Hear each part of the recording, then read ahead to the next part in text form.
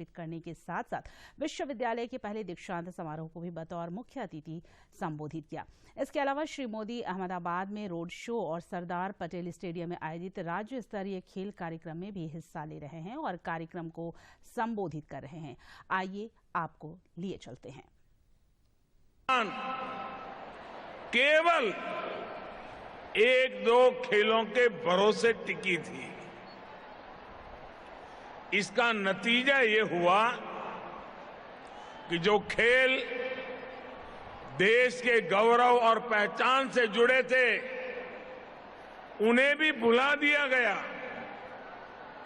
इस वजह से खेलों से जुड़े संसाधन बढ़ाने, स्पोर्ट्स इंफ्रास्ट्रक्चर को आधुनिक बनाने पर जितना ध्यान देना चाहिए था, जितनी प्राथमिकता देनी चाहिए थी, वो एक प्रकार से रुक गया था। इतना ही नहीं, जैसे राजनीति में भाई भतीजावाद घुस गया है, खेल जगत में भी खिलाड़ियों के चयन में पारदर्शिता की कमी भी एक बहुत बड़ा फैक्टर थी। खिलाड़ियों की सारी प्रतिभा परेशानियों से जूझने में ही निकल जाती थी। उस भंवर से निकालकर भारत के युवा आज आसमान छू रहे हैं।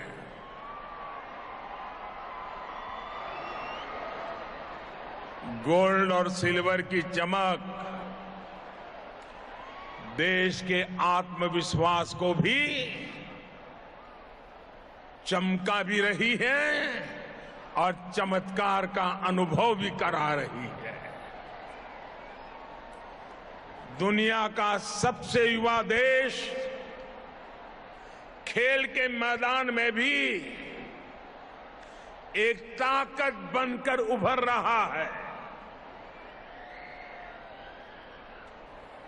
टोक्यो ओलंपिक्स और पैरालंपिक्स, उसमें हमारे खिलाड़ियों ने इस बदलाव को साबित किया है। टोक्यो ओलंपिक्स में भारत ने पहली बार 7 मेडल जीते हैं। यही रिकॉर्ड भारत के बेटे बेटियों ने टोक्यो पैरालंपिक्स में भी बनाया। भारत ने इस वैश्विक प्रतियोगिता में 19 मेडल जीते। लेकिन साथियों, ये तो शुरुआत है। न हिंदुस्तान रुकने वाला है, न हिंदुस्तान थकने वाला है। प्रधानमंत्री ने राजधानी गांधीनगर में राष्ट्रीय रक्षा विश्वविद्यालय के नए भवन का उद्घाटन किया। विश्वविद्यालय के पहले दीक्षांत समारोह को संबोधित करते हुए प्रधानमंत्री ने कहा कि रक्षा विश्वविद्यालय के शुभारंभ से पुलिस सुधारों की शुरुआत हो गई है। जो अपने कैरियर बनाना चाहते हैं, और रक्षा का क्षेत्र सिर्फ यूनिफॉर्म और डंडा नहीं है, वो क्षेत्र बहुत विस्तृत है और उसमें वेल ट्रेन्ड मैन पावर ये समय की मांग है। और इसलिए रक्षा के क्षेत्र में 21वीं सदी की जो चुनौतियां हैं, उन चुनौतियों के अनुकूल हमारी व्यवस्थाएं भी विकसित हो और उन व्यवस्थाओं को संभालने वाले व्यक्तित्व का भी विकास हो। इस अवसर पर उन्होंने कहा कि आज ही के दिन नमक सत्याग्रह के लिए इसी धरती से दांडी यात्रा की शुरुआत हुई थी। अंग्रेजों के अन्याय के खिलाफ गांधी जी के नेतृत्व में जो आंदोलन चला, उसने अंग्रेजी हुकूमत को भारतीयों के सामूहिक सामर्थ्य का एहसास करा दिया था। के सदस्यों को मेरी तरफ से मैं बहुत बहुत शुभकामनाएं देता हूं। आज एक और पावन अवसर है। आज के ही दिन नमक सत्याग्रह के लिए इसी धरती से दांडी यात्रा की शुरुआत हुई थी। अंग्रेजों के अन्याय के खिलाफ गांधी जी के नेतृत्व में जो आंदोलन चला, उसने अंग्रेजी हुकूमत को हम भारतीयों के सामूहिक सामर्थ्य का एहसास करा दिया था। दीक्षांत समारोह को संबोधित करते हुए श्री मोदी ने कहा कि कोरोना कालखंड में हमारे पुलिस बलों की सकारात्मक कार्रवाई को दर्शाने वाली कई वीडियो क्लिप इंटरनेट पर वायरल हुए। वर्दी में कई पुलिसकर्मियों ने लॉकडाउन के दौरान जरूरतमंदों को भोजन और दवाएं दी। लोगों ने उस दौरान पुलिस का मानवीय चेहरा देखा। पुलिस के यूनिफॉर्म में काम करने वाले लोग, उनकी कई वीडियो बहुत वायरल हुई। कोई पुलिस वाला रात को निकलता है, कोई भूखा है उसको खाना खिला रहा है, किसी के घर में लॉकडाउन के कारण दवाइयां नहीं है तो पुलिस के लोग जो मोटरसाइकिल पे जाकर के उनको दवाई पहुंचाते हैं। एक मानवीय चेहरा, पुलिस का मानवीय चेहरा इस कोरोना कालखंड के अंदर जन सामान्य के मन में उभर रहा था। देश में पिछले 24 घंटे के दौरान कोविड-19 के 3,614 नए संक्रमितों की पहचान की गई, जबकि इस दौरान 5,185 संक्रमित स्वस्थ भी हुए। केंद्रीय स्वास्थ्य मंत्रालय के अनुसार देश में कोरोना के फिलहाल 40,559 मामले सक्रिय हैं। इधर झारखंड में पिछले 24 घंटे के दौरान 65, जबकि इस अवधि में 94 संक्रमित स्वस्थ भी हुए। इसके साथ ही राज्य में सक्रिय संक्रमितों की संख्या घटकर 301 रह गई है। स्वास्थ्य विभाग की ओर से जारी आंकड़ों के अनुसार पिछले 24 घंटे के दौरान 16 जिलों में एक भी नए संक्रमितों की पहचान नहीं की गई। देश में कोविड के खिलाफ जारी जंग में टीकाकरण अभियान तेज गति से जारी है। केंद्रीय स्वास्थ्य मंत्रालय की ओर से जारी ताजा आंकड़े के मुताबिक देश में अब तक 1,79,91,00,000 से अधिक कोविड रोधी टीके लगाए जा चुके हैं। केंद्रीय मंत्री अर्जुन मुंडा ने आज रांची जिले के सोनाहातू प्रखंड के चोकाहातू स्थित मेगालिथ साइट के विकास और सौंदर्यीकरण का शिलान्यास किया।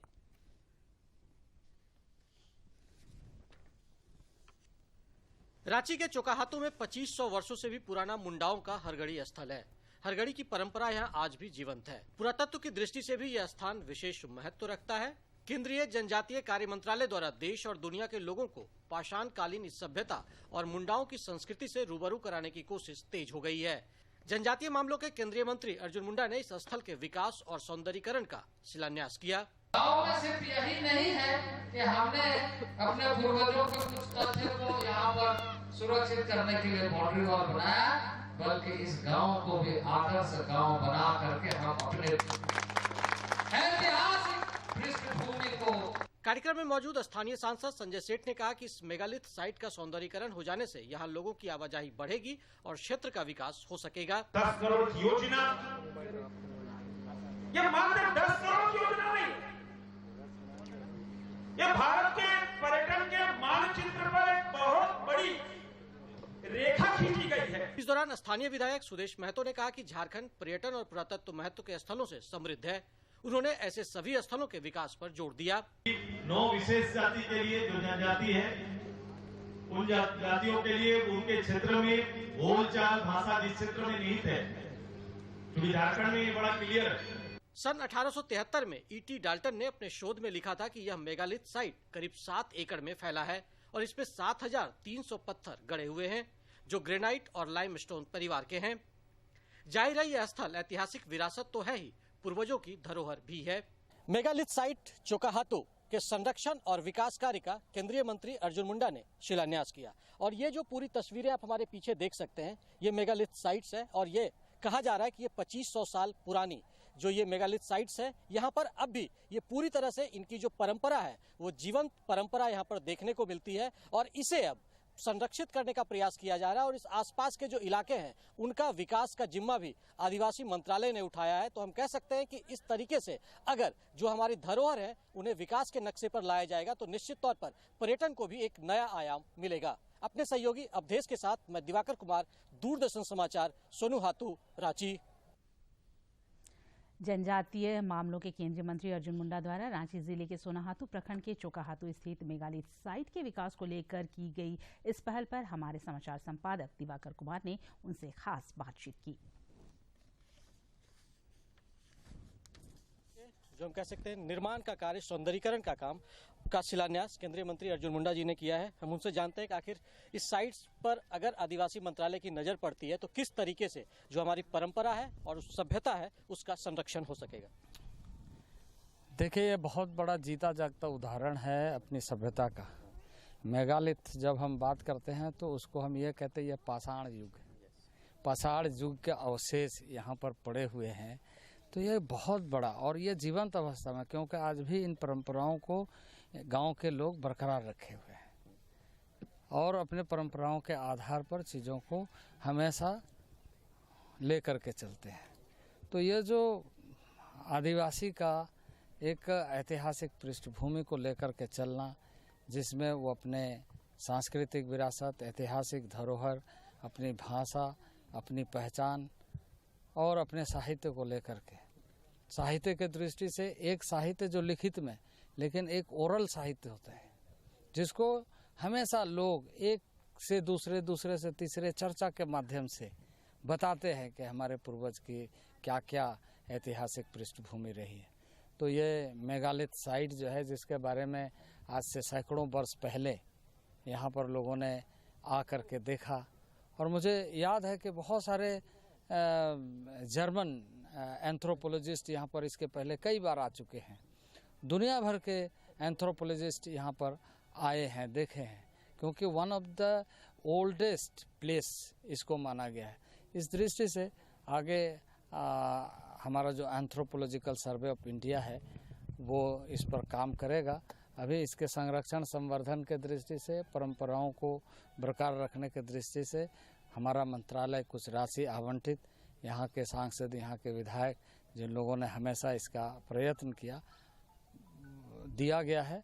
लेकिन मैंने कहा कि इस तरह के ऐसे चीज़ें जो हमारी संस्कृति को प्रतिबिंब करता है, क्योंकि माननीय प्रधानमंत्री हमेशा इस बात को कहते हैं कि अपना जो ज़मीन है, अपनी जो पहचान है, अपनी जो संस्कृति है, उसी के बल पर इस देश का, चाहे हम गांव में रहने वाले हों या किसी शहर में रहने वाले हों, शहरीकरण हो गया है ये ठीक है, लेकिन हमारा आधार गांव से जुड़ा हुआ है। तो उसे स्मरण करते हुए, ध्यान रखते हुए, संरक्षण संवर्धित करते हुए आगे हम कैसे बरकरार रखें, इस पर प्रयास होना चाहिए। इसलिए न्यू एजुकेशन पॉलिसी में उन सारे लिटरेचर के लिए, उन सारे भाषाओं के लिए प्रमुखता दी गई है। ट्राइबल अफेयर्स के माध्यम से ऐसे कार्यक्रम को आगे कैसे बढ़ाया जाए, ये प्रयास किया जा रहा है। और इसलिए मैं राज्य सरकार को कहूँगा कि इस तरह के प्रस्तावों पर स्थानीय सांसद, स्थानीय विधायक सबके साथ बातचीत करके, सबके साथ ऐसे चीज़ों का ठीक ढंग से अध्ययन करके प्रस्ताव भेजे, तो हम लोग इस राज्य ही नहीं, हम तो देश भर के लिए काम कर रहे हैं। एक चीज़ और कहा जाता है कि सर, आपने बिरसा मुंडा की जो जयंती थी उसे राष्ट्र गौरव दिवस के रूप में मना रहा है, और जिस तरीके से आपने ये प्रयास किया, और कहा जाता है कि झारखंड में ही कुछ जगहों पे इस तरह के साइट्स बने हैं जो अब जीवंत बचे हैं, दुनिया में अब इस तरह के नमूने देखने को नहीं मिलता। तो लगता है कि राष्ट्रीय और अंतर्राष्ट्रीय स्तर का भी ये टूरिज्म हब हो सकता है।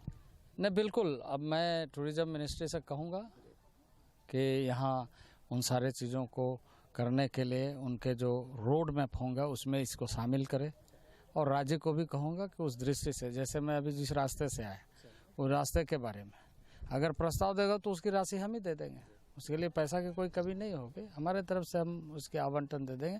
लेकिन इसको सीधा अप्रोच हो ताकि लोग आए, देखें, गांव को भी लगेगा कि हमारा स्वाभिमान कितना है, और लोगों को भी लगेगा कि यहाँ के लोग कितने ऐतिहासिक हस्ती रखते हैं।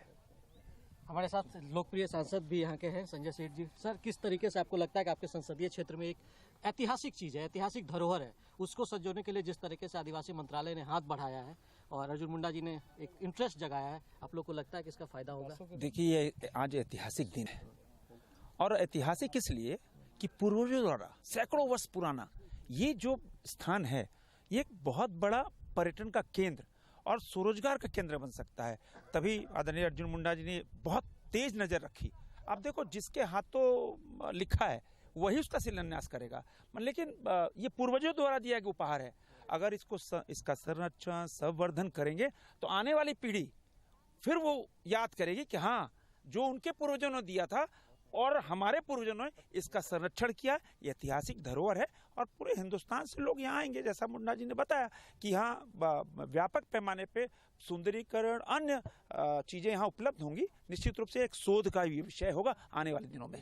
तो ये शोध का विषय भी होगा आने वाले दिनों में, और जिस तरीके से यहाँ विकास का भी एक नया प्लेटफॉर्म तैयार होगा और ये एक टूरिज्म हब डेवलप हो सकता है। अपने सहयोगी अवधेश के साथ मैं दिवाकर कुमार, दूरदर्शन समाचार, सोनिहातू। अंतर्राष्ट्रीय महिला दिवस सप्ताह के उपलक्ष्य में रांची में आयोजित एक कार्यक्रम में ग्रामीण विकास मंत्री आलमगीर आलम ने आज मनरेगा के अंतर्गत उत्कृष्ट कार्य करने वाली महिला मेट और अन्य कर्मियों को सम्मानित किया। इस अवसर पर श्री आलम ने कहा कि महिलाओं के विकास के लिए सरकार ने कई योजनाओं की शुरुआत की है।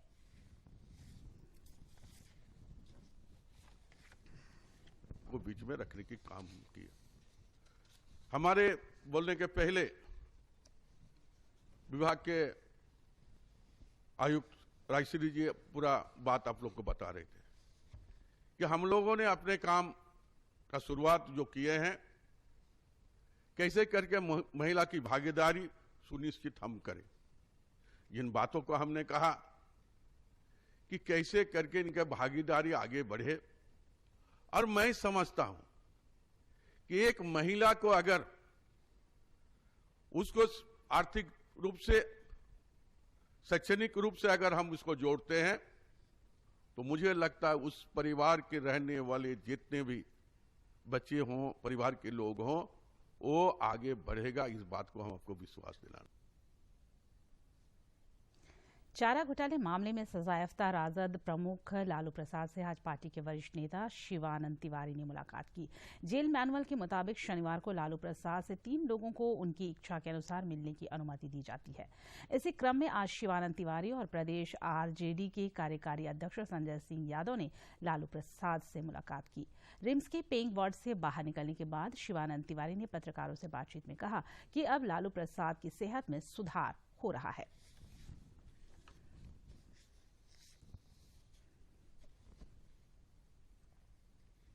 जमानत इनको जल्दी मिल जाएगी और तबीयत स्वस्थ है। देखने के बाद अच्छा लगा हमको, और फिर यहाँ से पटना ही आएंगे, पटना ही रहेंगे।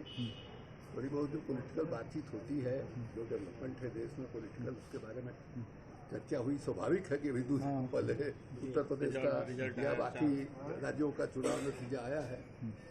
देखिए, चुनाव नतीजा जो है और ठीक है, लेकिन बिहार के पशुपालन और मत्स्य संसाधन मंत्री सह विकासशील इंसान पार्टी वीआईपी के संस्थापक मुकेश सहनी ने आरजेडी प्रमुख की प्रशंसा करते हुए कहा कि लालू प्रसाद उनके दिलों में बसते हैं और वे उनकी विचारधारा से काफी प्रभावित हैं। रांची में पत्रकारों से बातचीत में श्री सहनी ने कहा कि लालू प्रसाद गरीबों का कल्याण करने वाले और सामाजिक न्याय को मानने वाले लोग हैं। इनके साथ ही मुकेश सहनी ने नीतीश कुमार के काम की भी तारीफ की। ये तो 121 होता और 121 में सरकार नहीं बनता, तो हमारे सहयोग से एक मल्ला का बेटा के लेटर पैड पे समर्थन देने से बिहार में सरकार बना। आज कोई माने ना माने वो बात अलग है, लेकिन चुनाव आयोग के वेबसाइट पे जाइएगा, जब सरकार बना तो वीआईपी पार्टी के सहयोग से बना। आज कुछ लोग परेशान कर रहे हैं, उनके पास बड़ी अखिल भारतीय कांग्रेस कमेटी के महासचिव और पार्टी के झारखंड प्रभारी अविनाश पांडे ने आज पलामू जिला मुख्यालय मेदिनीनगर स्थित नगर भवन में प्रमंडलीय कार्यकर्ता सम्मेलन को संबोधित किया। उन्होंने कहा कि सभी के सुझाव और प्रयास से संगठन को मजबूती मिलेगी।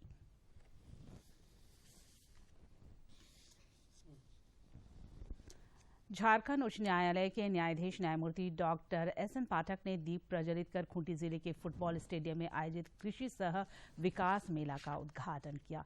मौके पर न्यायमूर्ति डॉक्टर एस.एन. पाठक ने 107 लाभुकों के बीच करीब 6 करोड़ की परिसंपत्तियों का वितरण किया। उन्होंने मेले में लगे स्टॉल का भ्रमण करने के साथ ही महिला और युवा किसानों की हौसला अफजाई की। न्यायमूर्ति डॉक्टर एस.एन. पाठक ने कहा कि राष्ट्रीय लोक अदालत के मौके पर वे सभी को यह बताने आए हैं कि न्याय से किसी को वंचित नहीं होने दिया जाएगा।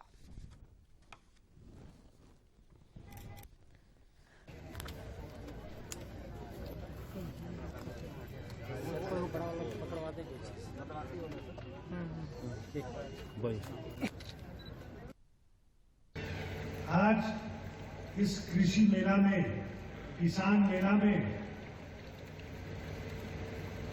सबों की उत्सुकता यह रहती है कि अधिकतर इस प्रकार के आयोजन में, किसान मेला में, कृषि आयोजन में पॉलिटिकल लोग आमंत्रित होते हैं।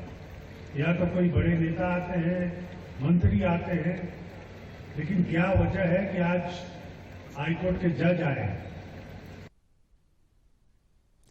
रामगढ़ में भी राष्ट्रीय लोक अदालत का आयोजन कर विभिन्न विभागों के कई मामलों का निपटारा किया गया। इस मौके पर प्रधान जिला एवं सत्र न्यायाधीश निकेश कुमार सिन्हा ने बताया कि लोक अदालत के लिए आज यहां पहली बार 6 बेंच बनाए गए और पहली बार उपभोक्ताओं से संबंधित मामलों के निष्पादन के लिए भी अलग से बेंच का गठन किया गया।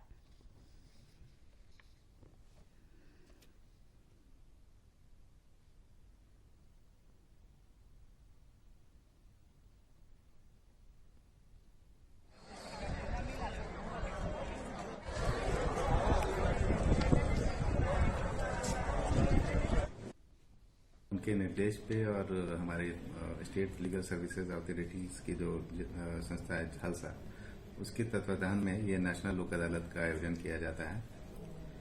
आज उसी कड़ी में रामगढ़ में भी नेशनल लोक अदालत का आयोजन किया जा रहा है। इसमें इस कोविड पीरियड के बाद जो थोड़ी बहुत भी लोगों को राहत मिली है, तो लोग राष्ट्रीय लोक अदालत में मामलों के त्वरित निष्पादन से लाभुक भी काफी खुश दिखे। लिमिटेड है और यहाँ पे रामगढ़ जिला में जो लोक अदालत लगा है वहाँ पे मैं आया हूँ। हमारे एक केस का निस्तारण करना था और यहाँ पे सबसे बड़ी चीज है कि यहाँ आने के बाद मुझे पता लगा कि यहाँ पर निःशुल्क समस्याओं का निराकरण किया जाता है और फीस, वकील के कोई फीस नहीं लगती है। गढ़वा न्यायालय परिसर में भी आज राष्ट्रीय लोक अदालत का आयोजन किया गया। इस मौके पर प्रधान जिला जज, उपायुक्त और पुलिस अधीक्षक ने कई लाभुकों के बीच चेक भी वितरित किया। विभिन्न मामलों के निष्पादन के लिए 19 बेंच की स्थापना की गई थी। मौके पर प्रधान जिला जज राजेश शरण सिंह ने अपने संबोधन में कहा कि राष्ट्रीय लोक अदालत का मकसद छोटे मोटे झगड़े और बात विवाद को आपसी समझौते के माध्यम से समाप्त करना है।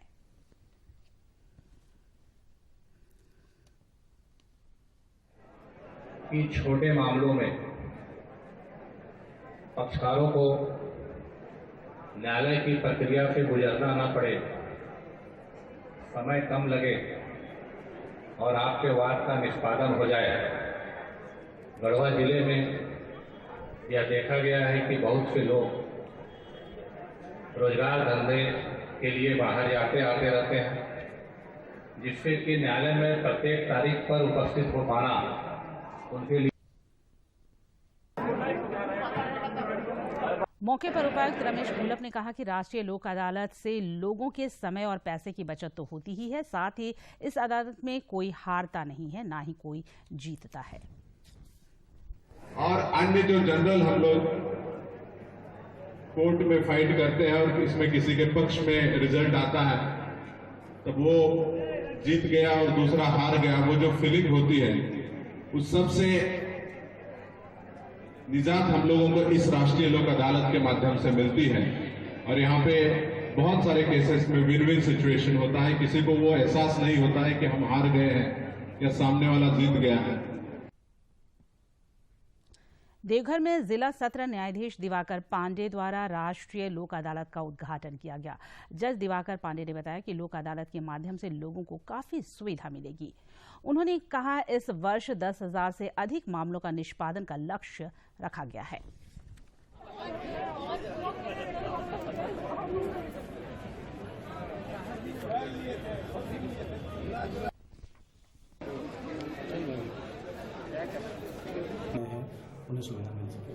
माननीय झारखंड उच्च न्यायालय के निर्देश पर झारखंड राज्य विधिक सेवा प्राधिकार के तत्वाधान में जिला विधिक सेवा प्राधिकार देवघर द्वारा आयोजित यह राष्ट्रीय लोक अदालत में विभिन्न प्रकार के सुनहनी मामले, इंश्योरेंस।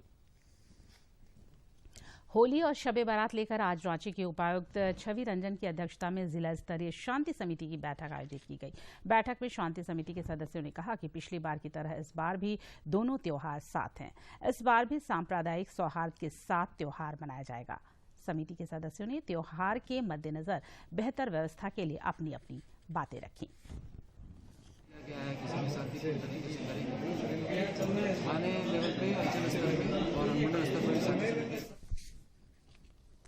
दूरदर्शन झारखंड पर पल पल की खबरों से जुड़े रहने के लिए आप हमारे social media platform Twitter, Facebook और यूट्यूब से जुड़ सकते हैं, क्योंकि खबरों से जितना बाखबर रहना जरूरी है उससे ज्यादा जरूरी है सटीक, संतुलित और निष्पक्ष समाचार। हमारा ट्विटर हैंडल है DD न्यूज झारखंड और फेसबुक पेज है RNUDDK। आप हमें YouTube channel Jharkhand DD news पर भी देख और सुन सकते हैं। और अंत में मुख्य समाचार एक बार फिर। प्रधानमंत्री ने गांधीनगर में राष्ट्रीय रक्षा विश्वविद्यालय के नए भवन का किया उद्घाटन। 21वीं सदी की चुनौतियों के अनुकूल व्यवस्थाएं तैयार करने पर दिया बल। जनजातीय मामलों के केंद्रीय मंत्री अर्जुन मुंडा ने रांची में ऐतिहासिक मेगालिथ साइट चोकाहातू के संरक्षण और विकास कार्य का किया शिलान्यास। ग्रामीण विकास मंत्री आलमगीर आलम ने मनरेगा के अंतर्गत उत्कृष्ट कार्य करने वाली महिला मेट और अन्य कर्मियों को किया सम्मान।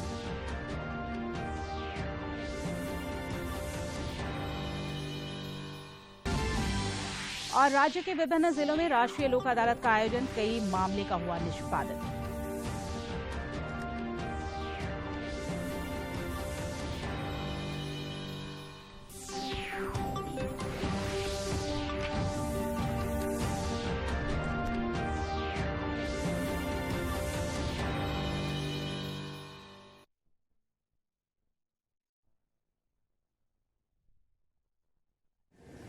माँ कब आएगा? अभी आएगा।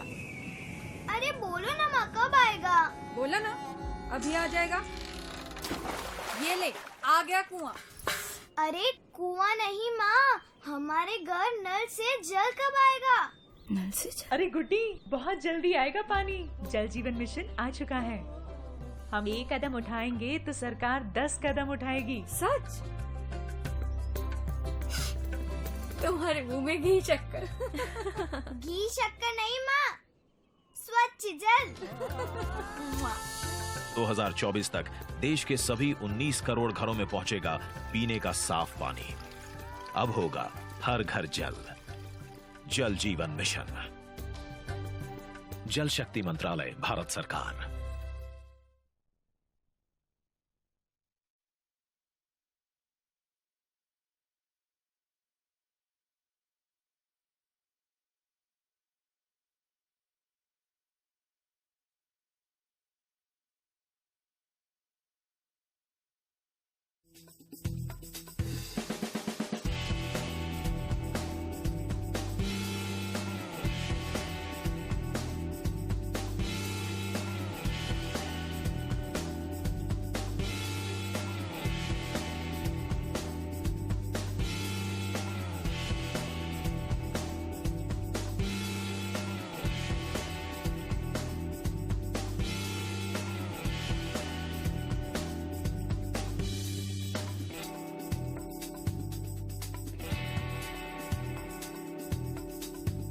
नमस्कार, स्वच्छ भारत कार्यक्रम में आप सभी का स्वागत है। दर्शकों, इस कोरोना वायरस से फैली इस महामारी से ही सही, पर हमने स्वच्छता को अपना अभिन्न अंग मान लिया है और यह एक सराहनीय कोशिश भी है। क्योंकि अपने आसपास साफ सफाई रखना हमारी नैतिक जिम्मेदारी है। अगर हम सब